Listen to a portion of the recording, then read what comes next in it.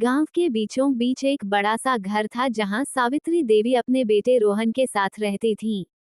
सावित्री देवी पूरे गांव में अपने गुस्से और कड़क स्वभाव के लिए मशहूर थीं। उनकी एक खास आदत थी कि उन्हें खाने में बहुत ज्यादा तीखा पसंद था। जब रोहन की शादी पूजा से हुई तो पूरे गांव में चर्चा होने लगी कि पता नहीं नई बहू सास के गुस्से को कैसे संभालेगी। शादी के बाद पूजा पहली बार ससुराल आई। उसने घर में कदम रखते ही सबका दिल जीत लिया। वह मीठा बोलती थी और हमेशा मुस्कुराती रहती थी। अगली सुबह पूजा जल्दी उठकर रसोई में गई। उसने प्यार से दाल सब्जी और रोटियां बनाई। जब सावित्री देवी खाने बैठी तो पहला निवाला खाते ही उनका चेहरा बिगड़ गया। उन्होंने गुस्से में कहा, ये खाना है या फीका पानी, इसमें मिर्च कहाँ है? पूजा थोड़ी डर गई लेकिन उसने मुस्कुराकर कहा, माँ जी कल से ऐसा खाना बनाऊंगी कि आप याद रखेंगी। सावित्री देवी ने मन ही मन सोचा, लगता है बहू ज्यादा दिन टिकने वाली नहीं है। अगले दिन पूजा सुबह सुबह बाजार गई। वहां से उसने सबसे लाल और तीखी मिर्च खरीदी। घर आकर उसने पूरा खाना इतनी तीखी मिर्च से बनाया कि रसोई में खड़े रहना मुश्किल हो गया।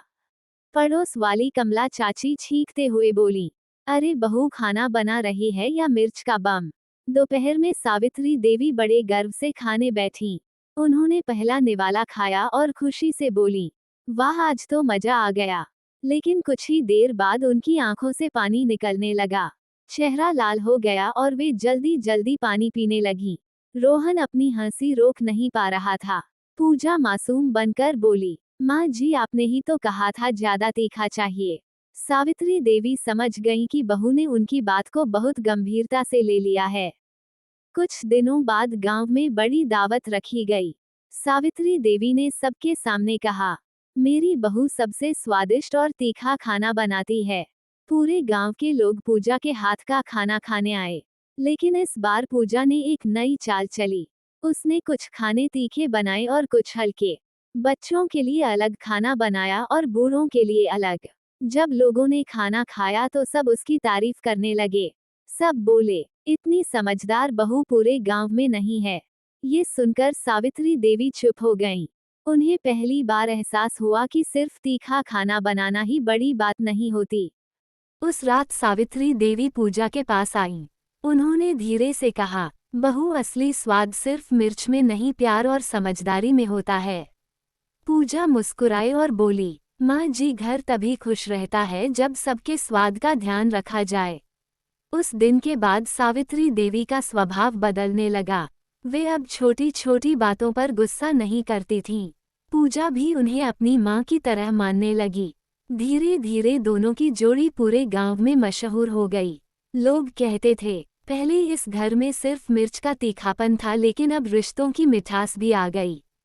कुछ महीनों बाद पूजा और सावित्री देवी की जोड़ी पूरे गांव में मशहूर हो गई। लेकिन पड़ोस में रहने वाली शांता चाची को ये बात बिल्कुल पसंद नहीं थी। वे हमेशा सोचती थीं, पहले इस घर में रोज लड़ाई होती थी, अब इतनी शांति कैसे हो गई। एक दिन शांता चाची सावित्री देवी के पास आई और बोली, बहन तुम्हारी बहू बाहर सबके सामने बहुत अच्छी बनती है, पता नहीं पीछे क्या करती होगी। सावित्री देवी पहले जैसी होती तो तुरंत बहू पर गुस्सा कर देती। लेकिन अब वे थोड़ा समझदार हो चुकी थीं। उन्होंने मुस्कुराकर कहा, मेरी बहू का दिल बहुत साफ है।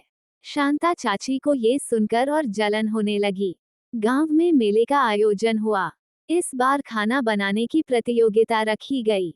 शांता चाची ने सबके सामने कहा, देखते हैं तुम्हारी बहू सच में इतनी अच्छी रसोइया है या बस तारीफ ही होती है। पूजा ने प्रतियोगिता में हिस्सा लिया। उसने एक खास चटपटी सब्जी बनाई जिसकी खुशबू पूरे मैदान में फैल गई। दूसरी तरफ शांता चाची की बहू ने इतना तीखा खाना बनाया कि लोग पानी ढूंढने लगे। जब फैसला हुआ तो पूजा जीत गई, क्योंकि उसके खाने में सिर्फ मिर्च नहीं स्वाद और संतुलन भी था। पूरा गांव तालियां बजाने लगा। सावित्री देवी की आंखों में खुशी आ गई। उन्होंने गर्व से कहा, ये मेरी बहू है। एक रात सावित्री देवी की तबीयत अचानक खराब हो गई। उन्हें तेज जलन और चक्कर आने लगे। डॉक्टर ने जांच करके कहा, अब इन्हें ज्यादा तीखा खाना बिल्कुल नहीं खाना चाहिए। ये सुनते ही सावित्री देवी उदास हो गईं। उन्हें लगा अब जिंदगी फीकी हो जाएगी, लेकिन पूजा ने हार नहीं मानी। उसने कम मिर्च में स्वादिष्ट खाना बनाना शुरू किया। वो अलग अलग मसालों से नए नए स्वाद बनाती। धीरे धीरे सावित्री देवी को भी वो खाना पसंद आने लगा। एक दिन उन्होंने प्यार से कहा, बहू तुमने तो बिना ज्यादा मिर्च के भी खाने को मजेदार बना दिया। पूजा हंसते हुए बोली, माँ जी असली स्वाद प्यार में होता है। कुछ समय बाद घर में एक बड़ी खुशखबरी आई। पूजा माँ बनने वाली थी। सावित्री देवी खुशी से झूम उठी। अब वे पूजा का बहुत ध्यान रखने लगी।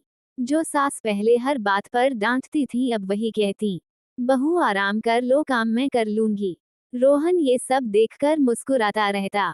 पूरा गांव कहने लगा, जिस घर में पहले सिर्फ मिर्च का तीखापन था वहां अब रिश्तों की मिठास बस गई है।